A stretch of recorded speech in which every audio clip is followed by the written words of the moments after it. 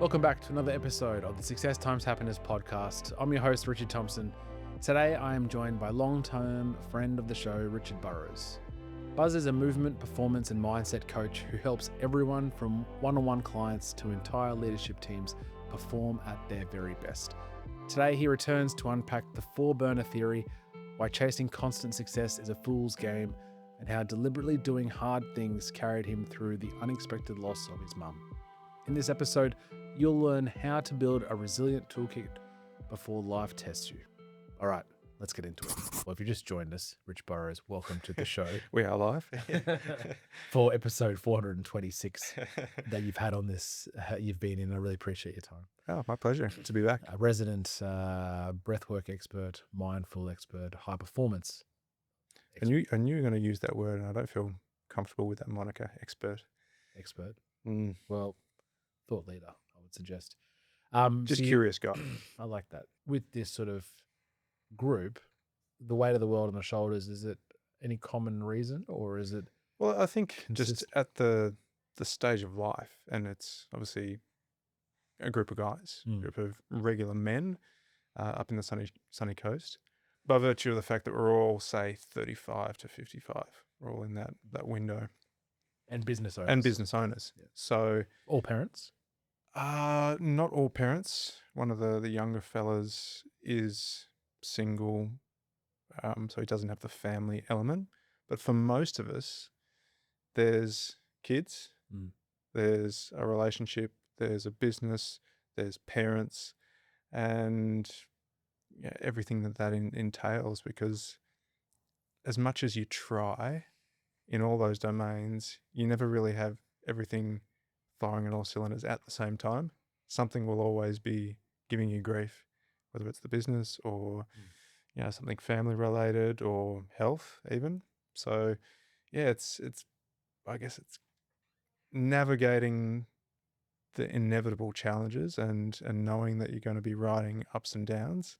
And as much as it might seem like an opportunity to vent or talk about your struggles or your pressures, also celebrate the wins when you have them, and not be afraid to turn up to the circle and go, I had a great week, I had a win, I've got a new client, or this went really well, which I don't think we do often enough. There's something that's come across my desk recently that's called like the four burner mentality. And it's sort of like if you picture a stovetop, four burner stovetop, and you've got self as one, family as two. Let's call, you can dissect it, I guess, work is three, and I think in this instance it said friends is four, right? But you could potentially say, anyway. And the analogy is that you can do all of them well, or you can do all of them, but with limited gas. Or if you want to do two really well, you've got to turn two. You've got more gas. You need more. You need to distribute your energy, obviously. And the theory is you can't, to your point, Buzz, like about none of the balls in the air are all you're not killing everything at once. Maybe because of that analogy, right? That rings true. Which, if that is the case, then we're probably doing ourselves a disservice from expecting that all should be firing at once. Well, that's what you see is success or people winning on social media. It's the best presentation of how things are going. And I know some people share their down times as well, but that relentless need to compare, to show that you're doing well, to be achieving success, it's just unrealistic, isn't it? And to your point about that, the four burners, an exercise I often do with my one-on-one coaching clients is called the wheel of life. So it's similar. And you have it's almost like your Trivial Pursuit pie. You've got the slices and similar sort of categories, but you have a finite number of points to allocate to each area. So if I'm all in on business at the moment and I have to allocate 4 on a scale of 1 to 4, then something else will give. And it gives you a really good opportunity just to visualize whoa, I've got a real deficiency here. Maybe I didn't consider that my partner is only getting one of me at the moment. In that analogy, in the 4-burner or the True Pursuit one, the Wheel of Life, it's all subjective. Like, how good are we as a parent really sits with us. And you can't win business. They're all very much infinite games that we're playing.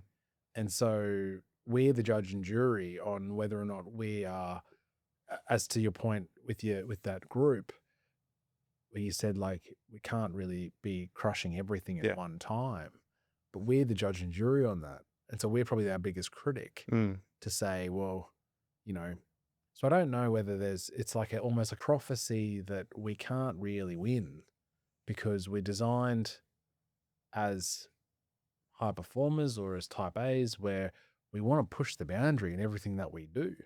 So you go, well, yeah, you got the comparison on socials, but when you put your head on the pillow, whether or not you've done and what actually matters to you. Correct, right? At any given moment or any phase of your life. And I think about this particular time I've got now. So my wife's a teacher, but she also does home tutoring. And this term coming up, she's got heaps on her plate. So I'm going to be pretty much on from 2:30 every afternoon. And you might have a temptation to go, oh, I'm not going to be able to get as much of this project done or this work thing done or training. But I say, all right, daughter's about to turn 7. This next 5 years could be where all the gold is. And so, all right, what can I do on these 3 afternoons a week where we have time together to make it, suck as much of the juice out of these moments? And that's going to be my win. Something else might not progress as fast right now, but there's going to be a season for that. So does it help having that foreshadowing or the planning of intention? Do you think? I think so, yeah. Yeah.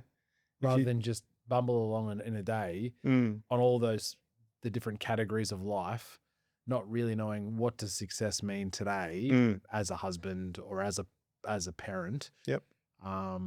Or with your business, and to be able to, so then at the end of the day, if you go, well, at the start of the day or the start of the week, whatever your time frame is, I sat down and said, if I achieve these, I've succeeded in my objective, rather than, because I'm a sucker for getting to the end of the day, not really having I've got non-negotiables. I've got to pick them up from school. But am I present? Am I immersed in the conversation? Do I spend 10 minutes kicking the footy after school? What are the key movers that will make me feel like this has been a win, as against just rolling through it, just getting to dinner, getting to bed, or that's kids, I guess. But yeah, I think that might be. Yeah, well, if you've got a clear intention, then you know what success is going to look like, and you might not reach it, but at least you're going to be more focused on the execution and being in the present moment, not, like you say, bumbling along and thinking, well, what should I do now? Because I guarantee you that the days that and they're more often than not probably, of not planning out exactly what success means on all facets of the burners or the life wheel, I lie down at night like cutting myself to shreds as to the missed opportunities. And whilst I may have ticked some boxes, I definitely go, well, I didn't. It's almost like you're playing a game you don't know how to win. Whereas if you have the intention set and in the direction of okay, well, today this is what my plate looks like. It's a 2:30 pickup for Ryder, and we're going to do this, this, and this, right?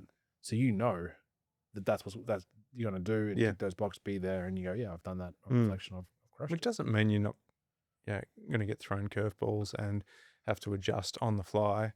It gets to pick up time and she's tired or doesn't want to do the thing you've put all your energy into planning. You adjust, and that's where I found in my work with people around movement and performance and mindset, I've had to let go of being so stringent in my planning of what I want them to get out of every session. Because when you come in with too much of a a structure and a plan, you can miss a lot of opportunities to listen and have reflected back to you what they actually need. So trusting myself more to work intuitively and to be okay with adjusting in the moment that's been, I think, a big development for me in recent times as well. Give me an example.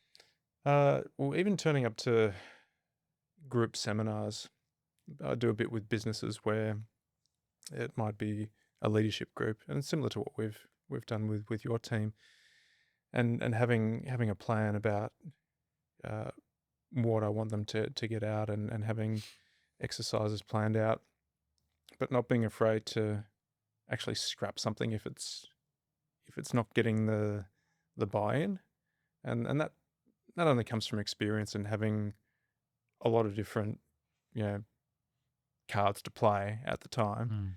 But a recent one down in the Gold Coast where I tried something a little bit left of field, and just wasn't feeling the buy-in from the group. So okay, let's scrap that and try option B, and that landed a lot better. So yeah, being flexible.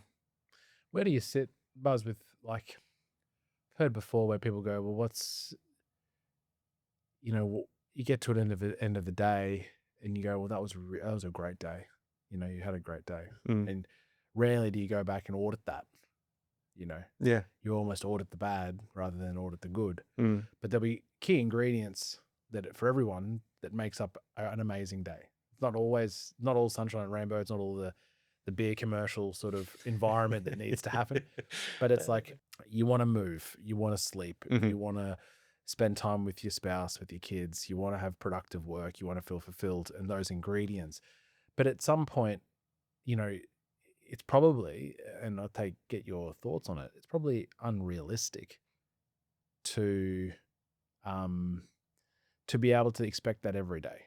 And you've got to have, and you look at it, ideally you zoom out on a macro level and you've nailed it across the board. But if you're in a heavier period of time where one burner, as the example would be, is high than the others, you got to endure that. Yeah. Then, like, your afternoons now are more turned on to parenting than work or self. And that's okay. That's the season that you're in for now, right? But speaking from my own experience currently, it's almost like it's so cliche to say that I just don't have enough time in the day. And you sort of go, okay, well, you work backwards from there perhaps, and you go, what's non-negotiable? Well, I want 7 hours. It's like that's 7.5 ideally. It's seven if I can if I have to. Anything less than that, I know I'm a lesser human. And then, and then is that the best approach? What's your view of it all? Well, just to jump back to what you were saying about, being unrealistic to be crushing it every day. And when you even think about the title of this podcast, success, happiness, that every concept, by its very definition, implies a duality. So success implies failure. Happiness implies misery. We're all on spectrums, right? So the human experience is going to give you everything on that spectrum, whether you like it or not. And the more attached you get to, I have to be succeeding, I have to be happy, I feel like the less likely you are. This idea of grasping, or from Zen Buddhism, is non-grasping, not trying, no mind, all these concepts. So maybe the question isn't how can I crush every day, how can I be at my best every day? It's what can I learn today that is something which makes me, I don't want to say better, because better implies the flip side of the coin, but just to widen your experience and to grow. And that's all I think we can really be aiming for, is just that, personal growth. How do we grow? How do we go? Yeah. With curiosity. Did I grow today? Mm. Yeah. Did I suffer better? Yeah. That might be something that you get to the end of the day and Did I enjoy? Did it? Yeah. yeah. Was I Was the suffering? Was I better at suffering today? yeah. Was I more at peace with the thing that might usually frustrate me? Because like you said before, everything is your perspective, and you create your own reality by the way you frame that perspective ultimately. Yeah, I think I'm also quite a binary thinker. It's either success or failure, and I think it was the Buddhists that sort of, or the monks maybe, that like the answer's always in the middle, somewhere in that middle. It's not. Yeah. It's never the extremes. And that's the work that presents itself for me, because it's I lay there at night thinking I've either crushed or haven't at all, and then that's. You cry into the pillow when you haven't crushed. Yeah, it needs washing often or drying often. No. But I mean, but then on the flip side as well, you go, well, I'm designed that way, and I suspect I'm not alone with that binary thought. But is that the product? Is that the position that you need to progress, to develop faster than you would ordinarily had you just accepted the middle ground and go, oh, this is just, if you're not dealing with the duality of success or failure as the only two options, so you fail a lot more than you succeed, but that sharpens the sword to go into battle again. Whereas if you just understood that this is just the human experience and it's okay to be mediocre, to be somewhere in the middle, does that not progress? Does that hinder your progression? I don't know whether mediocrity is sort of the right term, because you can give the best account of yourself every day, and it depends on which games you're choosing to play, which rooms you're putting yourself in, which clients you're trying to win. Anyone can have a degree of success in a really easy game, but if you decide, I want to play a much tougher, high stakes game, then to actually succeed at that, you're going to have to be at a much higher level. So the spectrum of outcomes and spectrums of difficulty added any clarity to our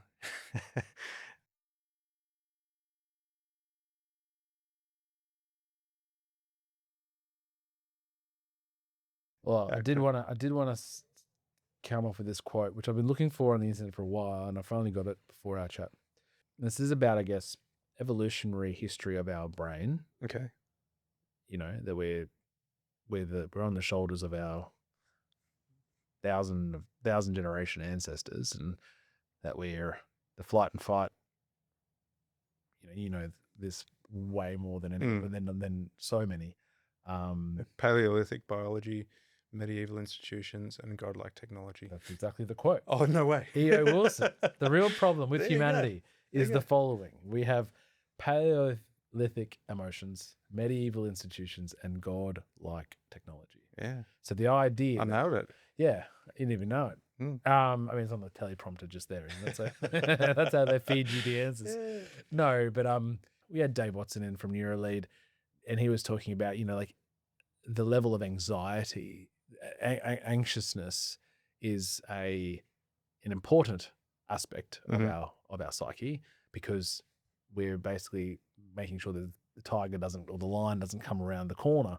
And like David Goggins talks about how you've only got 60%. When your body taps out, you're only really at 60% because your body has a 40% reserve tank in anticipation that it needs to run away from the lion or the threat. And you're talking about, 300, 400, whatever a lot of thousands of years. Millions. Or if I don't even know. If we're evolving from eukaryote cells into mammals. Yeah. Millions of years of evolution. Yeah. Right? Billions, really, if you want to go for the universe, right? So you have all of that. And then in the last 40 years, we have the internet. I could be even outdated there, maybe earlier than that. But certainly in the last 15 years. Mass adoption, late 90s. And then probably in the last 5 years, AI, and now we're creating things that it's not just a tool that we can find the answer instantly. It's now a tool that will give us the answer instantly. Mm-hmm. How do we navigate this? With a great deal of difficulty. And I think, you fear a lot more for the generations who are thrown into this deep end without doing the hard yards of developing the skills of critical thinking, of sustained concentration. I think back when you were doing your law degree, you would have spent hours and hours reading stuff that you probably never used, but by virtue of building that muscle of concentration, you're able to actually find the things that you did need to use. So, yeah, I think I put myself in your same age demographic. I think we're about 3 months apart, mate. The difference between you and I is that I feel 100. But we've got the benefit of growing up in a time where things were a bit simpler. Yeah. And every generation probably carries that mantra. some degree of that. So, but to the point about anxiety and navigating just the overwhelm of information and the speed that everything's moving at, the godlike technology, which Wilson referenced there, it's something that's going to get more challenging, I think. It's something you're going to have to be very deliberate in how you engage with it when you pay attention to it. Because if you pay attention to it all the time, that's not a good recipe. That's where you will just feel overwhelmed and anxious because it's always on and you're always on. And we were designed for long stretches of quiet and contemplation, the default mode network of the brain where it processes everything and figures out what's important and figures out who we are and our identity. When there's a constant stream coming in and you don't get the opportunity to develop that on your own, that's a problem. So the Paleolithic biology that we have, it's the operating system that's sitting underneath all of this, or the hardware, I guess, that the software is running on. It's not set up for the stimulus and the inputs that are coming in. So no wonder it's responding in the way it is. And we're seeing people evolving, but in a way which might be maladaptive because it's creating feelings of disquiet and anxiety and stress and panic disorders and not being able to go into the office, having to work from home. It's a real challenge. So what do you do? Do you, other than turning it off and giving us time to have space, and it's probably like it's the speed of which it is developing the most anxious inducing component of it. It's not just, as I said, it's not just the internet, which allows access to the information. It's doing it for you now. When it becomes all around you, and when it starts, it's almost short term. Yes, you can turn it off and keep it at bay. You can not have social media, as an example, and limit the control of the inputs that it's coming at you with. But soon enough, it'll be here for everywhere. And how the hell we navigate that when it is everywhere? And I always come back to fundamentals of what makes me feel happy, strong, resilient, well. And you touched on one before, that 7 hours, quality sleep. Certain habits that you make sure you're just really rock solid with.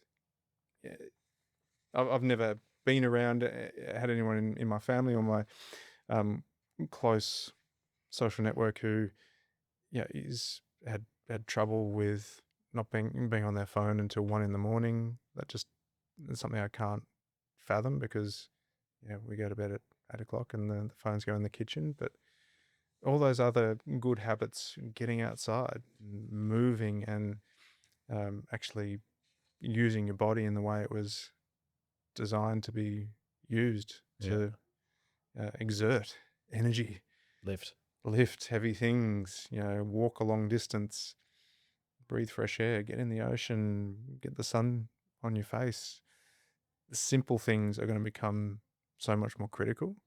And on the flip side, what we're doing here, sitting, talking with another human, when so much interaction is going virtual, when so many more experiences and content and education is through the digital. But more than that, though, it's created by the digital. Yeah. Clip on YouTube, 2 clips, which like recently I was like, well, this is going to get crazy quickly. It was an episode of Seinfeld, a clip of Seinfeld. Yeah. And it's got George holding a MacBook Air and them having a laugh about AI. Yep. You couldn't tell that it wasn't filmed in the 90s. Well, it looked like it was filmed in the 90s. Yeah. But obviously it's been completely fabricated through AI. And the other one was a podcast like this, and 2 humans having to talk about some self-improvement topic. The whole experience was created by AI. AI. And but was there something that didn't feel quite? I didn't go hard into it. Yeah. I wasn't a long-term listener. But I guess my point is, if that's where we are now, it's not slowing down. Yeah. And so the difficulty will be, if it's on a screen, it's going to be almost impossible to know whether that's real or not. So that comes back to your point of how important it is to control your real. Yeah. Right? Yeah, and I think people are going to crave real experiences, real community, and the online fitness world where all the influencers and the trainers and the programs are all done online. That's all going to get swept up by the AI. And if you're going to add value or do something new in that space, it's going to have to be you're going to have to do hard work of getting out into your community and forging connections like you do with a firm here. You go and meet people and you create it organically by connecting with people and them liking the cut of your jib. Yeah. That's the most important thing. I love it. Hey guys, just popping in quickly to say thank you so much for listening to the podcast. If you're enjoying this episode, it would mean a lot if you take a second to follow the show, leave a like or review, and share it with a friend. That support genuinely helps us grow and keep bringing you more great conversations every single week. All right, let's get back into it. Anything that your clients have taught you since you were last here? Ooh. What are you working on? Similar things. It's more about the surrender and the equanimity and that not grasping that we talked about. Being okay with being viewed as different or strange. You can elaborate on that one. Oh, I feel like, and you might have heard this quote as well, anytime you find yourself in the majority, it's time to pause and reflect. Okay, everything popular is wrong. So trying to keep up with the things that are happening in my industry, trying to be like somebody else, I've really realized is just a fool's game, and that when you really reflect on people who have done great work, been influential, or changed the world in some way, they were generally considered outliers. Outcast. Has to be. Strange. Has to be. Yeah. So doubted by many. Yeah. So leaning into that more. Which is so counterintuitive to the human experience, because we are designed to stay in your community. Yeah. Be accepted. Be accepted. Yeah. And then you won't get outcast. Because Dave Watson was saying, like, back in the day, you would be then left behind from the group. You wouldn't eat. You wouldn't get fed. Yeah. You wouldn't get water. You would not be allowed to sleep in the safety of the community, and then the lions would no doubt get you. And so you think about that imprinted over millions of years, and you go, well, no, I don't want to be. But then you ask that person, like yourself, who do you revere in your space, in your industry? And you go, well, that person had to be that outcast, that outlier. Yeah. And then it's only once they get there are they revered. And you don't see that. You No. don't see that difficulty and that challenge where they were ridiculed and not accepted and all the things, because you only see them when they're accepted and revered. And I get an opportunity to practice on a daily basis, because the things that I do training wise, I've got a lovely wife who'll look at the latest implement or tool that's shown up and go, oh, can you please not do this out in public? But what's on the top 3 at the moment? So the one that arrived last week is the ProPulse speed trainers. Right. Imagine, like, they almost look a bit like salt and pepper shakers that you hold in your hands. Okay. Anytime I take my flow rope down to the beach, he's like, oh, what do you do What's that? a flow rope? It is, if you imagine a length of rope which you hold in both hands, a bit like a skipping rope, but heavier. It allows you to almost, if you picture Conan the Barbarian wielding the sword, the heaviness of the rope, because of the centrifugal force, allows you to create patterns and train what's called your spinal engine.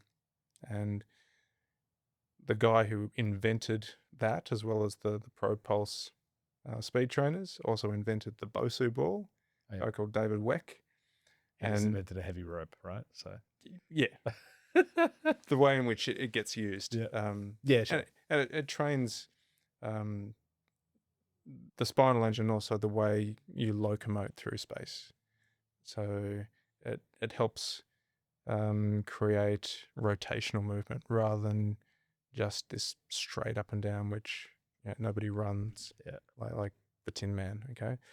Yeah, those are the few of the fun things I'm playing around with. And David Weck's a guy who, if you go and look at any of his stuff, you go, all right, there's someone who's not afraid to be ridiculed. He's on a different planet to many. What are your thoughts on resilience generally? And this, we've talked about, I think, in the past, about one's ability to lean into hard things.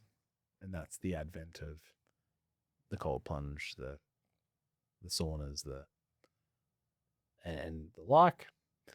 And then the flow-on effect of how resilient you are in life on a day-to-day basis. Where do you sit with that experience as against real life unknown stress that comes into your sphere? So I'm a big advocate of doing hard things, and everyone needs to pick their own hard. I shouldn't, even though I work with individuals and help them on that path, you got to find the right thing to lean into, whether it's physical, mental, stresses, emotional, and pick the tools which are going to best develop you on that path. In terms of preparing for the unexpected hardships, I don't think that I would have ridden some of the challenges of the last few years in the same way I have without the tools I have. So, Mum's passing last year, which was reasonably unexpected, even though she had dementia and was not in a great way. Still was not expecting the phone call when it came. So that could put you potentially into a bit of a tailspin. And not to say that I was fine. Yeah, things definitely took a hit. My ability to show up for work projects and essentially the business or my personal brand took a pause for what's effectively been it was about 12 months before I felt like any momentum was coming back again. But I still had things to lean on, which I knew would make me feel good, which I knew would get me moving in the right direction. I remember, so we had to go down to Melbourne quite a number of times for funeral, and then we had because Mum was a performer, so we had 300 odd theatre friends who showed up at the Athenaeum, and there was a couple of people sang and they showed highlights from her career, which was amazing, great to be a part of. So we're back and forth, and when all that was over and it was like, all right, you're back into regular programming, I feel like I needed the hard things to get me moving in the right direction. So deliberately leaned into the cold, and it was this time last year, July, August.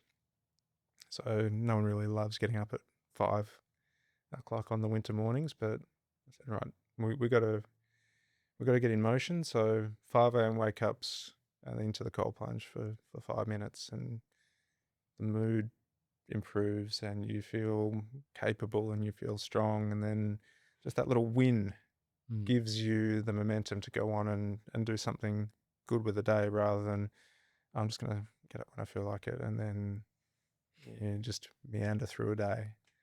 So personal experience of resilience, and my hardships are not a patch on what so many other people experience, but 2025 was a challenging one, and I feel like the work I'd done helped immeasurably. Great answer. And thank you for sharing. The things that come across our desk or our life that we're not ready for. You can jump in a cold plunge and know that it's going to get cold. Yep. You jump in a sauna and it's going to be warm. But when that phone call comes, or when something happens that, you're not ready for, it still hits you though. And I think that's where you have to be human, and, you're not imperfectless.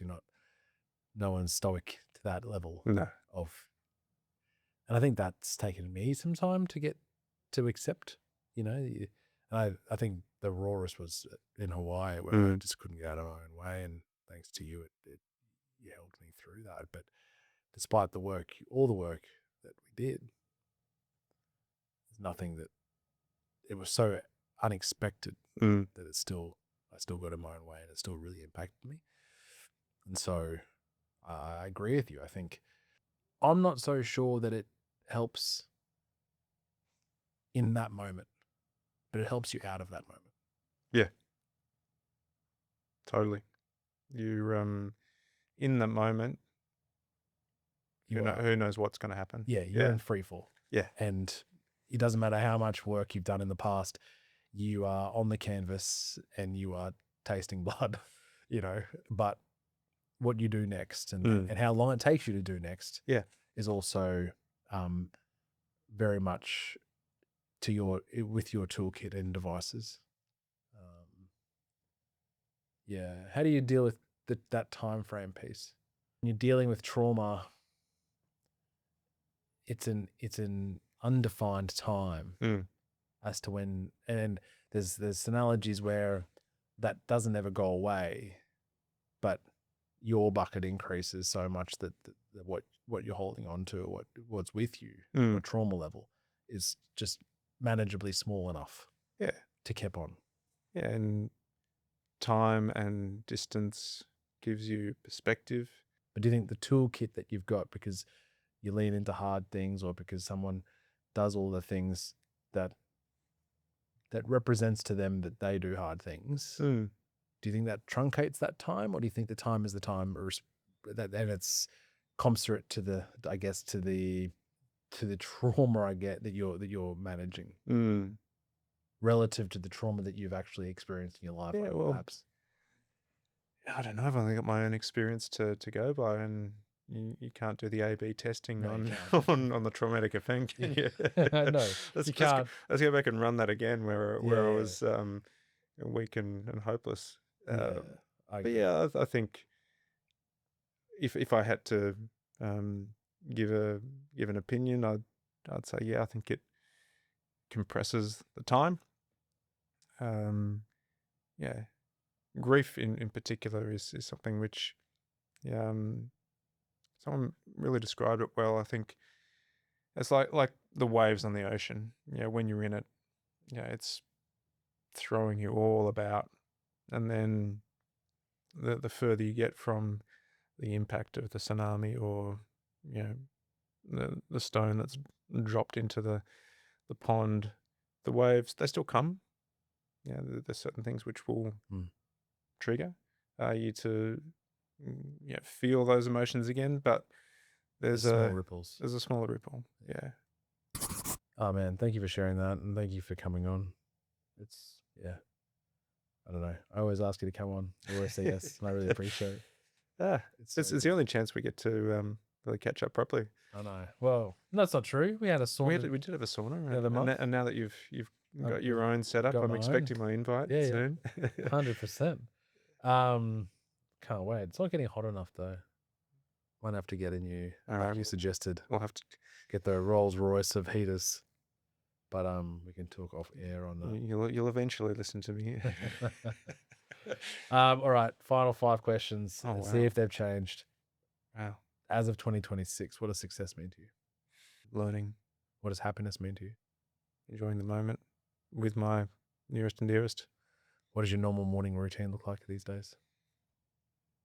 5 a.m. up, into a cold shower, then into the garage to start rolling my rope.